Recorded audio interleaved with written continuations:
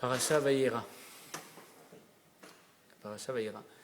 Alors, la Parasha Vayera, c'est la Parasha qui commence avec le fait que Dieu il apparaît. Dieu il apparaît à qui? À Avram. Pourquoi? Parce qu'il avait fait la Brit Mila. C'est quoi la Brit Mila? C'est l'alliance qui est l'héritage d'Avram. Le fait de circoncire le membre et de retirer la partie, une des parties du membre, et que grâce à ce fait-là, apparemment, ce que la paracha vient nous enseigner, elle vient nous enseigner qu'il y a un dévoilement de Dieu. On explique que l'enfant, qu'avant qu'on lui fasse la Brit Mila, l'âme ne peut pas pénétrer dans le corps. Alors il faut comprendre. On va remonter quelques parachas avant pour essayer de comprendre qu'est-ce qui se passe et qu'est-ce que ça veut dire, qu'est-ce que ça sous-entend tout ça. Alors on sait très bien que Adam Arishon, quand Adam Arishon, il devait vivre 1000 ans. Et qu'est-ce qui s'est passé? Dieu lui a fait voir la vie de David Améler. Et il a dit, il est extraordinaire cet être. Et Dieu lui a dit, oui, mais cet être, il n'a pas de vie. Il ne peut pas venir au monde.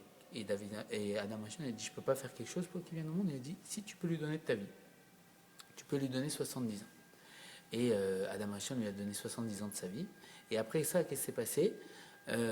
Après, il a regretté et Dieu lui avait fait signer sur un contrat. Il lui a dit non, tu ne peux pas récupérer les 70 ans parce qu'après, vraiment, il voulait profiter de sa vie et pas donner 70 ans. Alors, 70, c'est un chiffre très particulier qu'on voit plusieurs fois dans la Torah et qui est lié à Avram Avinu, qui est lié à Adam, et on voit, et qui est lié à David Améler, qui va être celui qui va dévoiler la royauté de Dieu, qui va dévoiler la délivrance. Donc, il faut comprendre c'est quoi ce 70 et en quoi ça nous parle personnellement. Donc, qu'est-ce qui se passe? La chose est comme ça. Adam Arishon, il a donné 70 ans à David Améler. Et les 70 ans qu'il a donné à David Améler, on voit que on revoit ces 70 ans à travers Noach. Pourquoi Noach? Parce que Noach, on voit qu'il a bu du vin. Il a bu du vin, il a bu du yaïn pour pouvoir... Qu'est-ce qui se passe en vérité? 70, c'est la valeur numérique du sod, de la vérité, du secret. Et comme on sait très bien que quand on boit du vin, ça fait sortir les secrets. En vérité, Adam Arishon, si on peut dire dans une façon de voir, il a donné à David Améler 70 ans de vie, c'est quoi? Il a donné le secret. Le secret de toute la création, qui est quoi? Qui est le pourquoi de la création? De dévoiler la royauté de Dieu. Comme on sait très bien que David Améler va avoir la royauté de Dieu et tous ses enfants vont perpétuer cette royauté, il va garder la royauté qui va engendrer la royauté du roi Mashiach. Et que la première pensée de Dieu, c'est dans le Midrash Bereshit, il y a marqué que Dieu n'a pas créé le monde pour Adam Arishon, mais la première pensée que Dieu il a eue, c'était Mashiach. Et on voit que ce niveau de Mashiach, comme Adam Arishon était l'âme générale de tout le peuple juif, il comprenait en lui toutes les âmes à venir, donc l'âme également de Mashiach. Et ce niveau de Mashiach qui représente 70, donc le secret de toute la création, on voit qu'il a redonné à David Améler, et c'est pour ça que de lui va naître l'enfant qui va être lié à cette shlemut, cette perfection de la volonté de Dieu de résider Betartonim au plus bas, qui est Mashiach, qui, lui, sa notion, lui, son travail, c'est de faire résider Dieu au plus bas. Et donc, c'est ce secret. Il a donné ce secret à David Améler, et on voit que, qu'est-ce qu'il fait Noach? Noach, il va boire du vin. C'est quoi boire du vin? Il va vouloir récupérer ses 70 ans. Il va vouloir récupérer ce secret. Il va vouloir dévoiler lui-même ce secret. Le secret de la Géoula. C'est ça qu'il a voulu faire. Quand il a bu du vin noir, il a voulu faire un Misirut Nefesh, comme on sait très bien que les mêmes lettres que noir à l'envers, ça fait Chen, la grâce. Et c'est les diminutifs, comme il dit dans le Tanya, de Chorma Nistera, la sagesse cachée, ceux qui ont accès à la Kabbalah. Et la Kabbalah représente ce vin, les secrets. Alors lui, comme dans son nom, il comprenait... dans le nom de la personne, il y a toute la personne. Il était apte à dévoiler tous les secrets noirs, parce que c'est lui que Dieu a chargé d'être sauvé du déluge, de repeupler la planète, et c'est de lui que tout va découler. Donc lui, il a voulu intégrer tous ces secrets qui étaient cachés, qui étaient mis de côté par Adam Arishon pour David Améler. Et il a voulu les engendrer, et les faire pénétrer dans lui. C'est pour ça qu'il a bu. Il a bu du vin, et il a bu tout ce vin, il a voulu boire tout ce secret pour dévoiler la Géoula, la délivrance. Et qu'est-ce qui s'est passé à ce moment-là? Il s'est mis tout nu. C'est quoi le fait de se mettre tout nu? On sait très bien que les Névéim, les prophètes, quand ils recevaient une prophétie de Dieu, ils enlevaient tous leurs vêtements. Et ils couraient tout nus comme ça. Le rabbi nous ramène dans les Bati Lekani. parce qu'ils n'arrivaient pas à supporter le dévoilement. Et on les appelait les fous. Et donc, qu'est-ce qui se passe? Pourquoi ils enlèvent les vêtements? C'est quoi les vêtements? L'Anmourazaken va nous expliquer les vêtements. Pourquoi on a des vêtements sur nous? Pourquoi on porte des vêtements? C'est la question. En vérité, ce qui se passe, tout ce qu'on fait matériellement, c'est le reflet du spirituel. Quand on dit la paracha l'Echlecha, va pour toi, quand Dieu dit à Abraham, va pour toi, où il y a une autre explication, c'est va vers toi, c'est justement le fait d'aller pour soi, c'est d'aller vers soi, parce que tout est en nous, tout est dans notre cœur.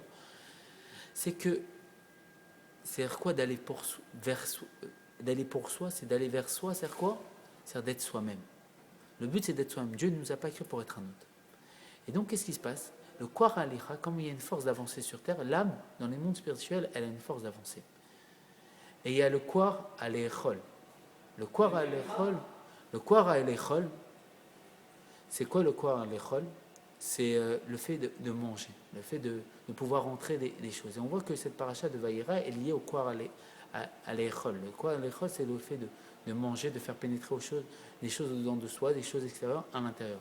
De faire pénétrer les lumières entourantes dans le plimi, c'est-à-dire le makif dans le plimi. Et qu'est-ce qui se passe? On est en train d'expliquer qu'il y a des vêtements de l'âme. Comme on mange matériellement, l'âme, elle mange. C'est quoi le degré de manger? C'est que l'âme fait pénétrer en elle des notions qu'elle n'avait pas. Comme on dit, quand on voit un livre que le Rabbi Racham va le ramener, j'ai envie de dévorer ce livre. C'est-à-dire quoi dévorer ce livre? Cet enfant, j'ai envie de le manger. C'est-à-dire quoi? Pourquoi on dit ça? J'ai envie de faire pénétrer cette information qui est extérieure à moi, ce livre, toutes ces informations extérieures, au-dedans de moi. C'est le Kwar Alichol, la force d'assimiler des connaissances, de grandir notre connaissance, de grossir notre connaissance. Et pareil, il y a le Kwar Alicha, le fait d'avancer, de s'élever. Et donc, qu'est-ce qui se passe? On voit que comme on a des vêtements matériels, l'âme a des vêtements. Et le Baal HaTanya va nous expliquer c'est quoi les vêtements de l'âme. Les vêtements de l'âme, c'est Marshava, Dibour ou Maaseh. Pensée, parole et action. Et qu'est-ce qui se passe? Les pensées, paroles et actions, on voit très bien que pourquoi les Névi'im, ils enlevaient justement leurs vêtements quand ils recevaient la prophétie? Parce qu'ils enlevaient leurs pensées, paroles et actions pour pouvoir recevoir le dévoilement de la pensée, de la parole et de l'action de Dieu. Pareil, à cette image, Noir, qu'est-ce qu'il a fait quand il a bu du vin? Il a fait pénétrer les secrets. C'est quoi les secrets? C'est que Enon Ivado. C'est quoi la Kabbalah? C'est qu'il n'y a rien d'autre à part Dieu. Il a fait pénétrer cette conscience que même sa pensée, parole et action, ça n'appartient pas à lui. Alors il s'est déshabillé, à l'image de Adam et Rishon et de Chava qui étaient nus. Et que justement, quand ils ont goûté à l'arbre de la connaissance, ils ont vu leur nudité, ils ont mis des vêtements. Dès qu'ils sont rentrés dans une connaissance, et cette faute, c'est quoi? C'est de rentrer dans une connaissance séparée du Dieu, dans le sens où ils ont perdu le niveau du Aleph, du Adam, de l'unité, pour entrer dans le Bet. C'est quoi le Bet? La division. On est deux. Dans cette division, je suis séparé de Dieu et donc je suis nu. Le fait d'être séparé de Dieu, c'est de voir sa nudité. Voir que, en vérité, j'ai une pensée et une parole et une action qui sont différentes de la volonté de Dieu. Et ça a été le commencement de le libre arbitre. Du fait qu'il a fait la faute, il a pu avoir une pensée, une parole et une action différentes de la volonté de Dieu. Et là, il y a eu le déclenchement du libre arbitre. Parce que Dieu, il a voulu résider tartonner au plus bas. Et le plus bas, c'est dans le fait qu'un juif, il a le libre arbitre, il a le choix de faire le bien ou de faire le mal, de choisir la vie et la mort. Comme on sait très bien, le sage, qu'une fois on est venu poser une question, est-ce que Dieu il peut porter une pierre Est-ce que Dieu il peut porter une pierre Est-ce que Dieu peut inventer une pierre qu'il ne peut pas porter? Alors le sage, il a répondu. Il a dit, oui, il peut le faire. Il dit, mais si tu me dis qu'il peut inventer une pierre qu'il ne peut pas porter, c'est quoi? Il peut inventer quelque chose qu'il ne peut pas réussir. Et si tu me dis qu'il ne peut pas le faire, alors il n'est pas infini. S'il est infini, il peut inventer une pierre qu'il ne peut pas porter. Et s'il ne peut pas la porter, il n'est pas infini. C'est une question piège. Et le sage a répondu, s'il l'a fait, c'est quoi? C'est le libre arbitre. C'est le fait qu'on ait la possibilité de faire la volonté de Dieu ou de ne pas la faire.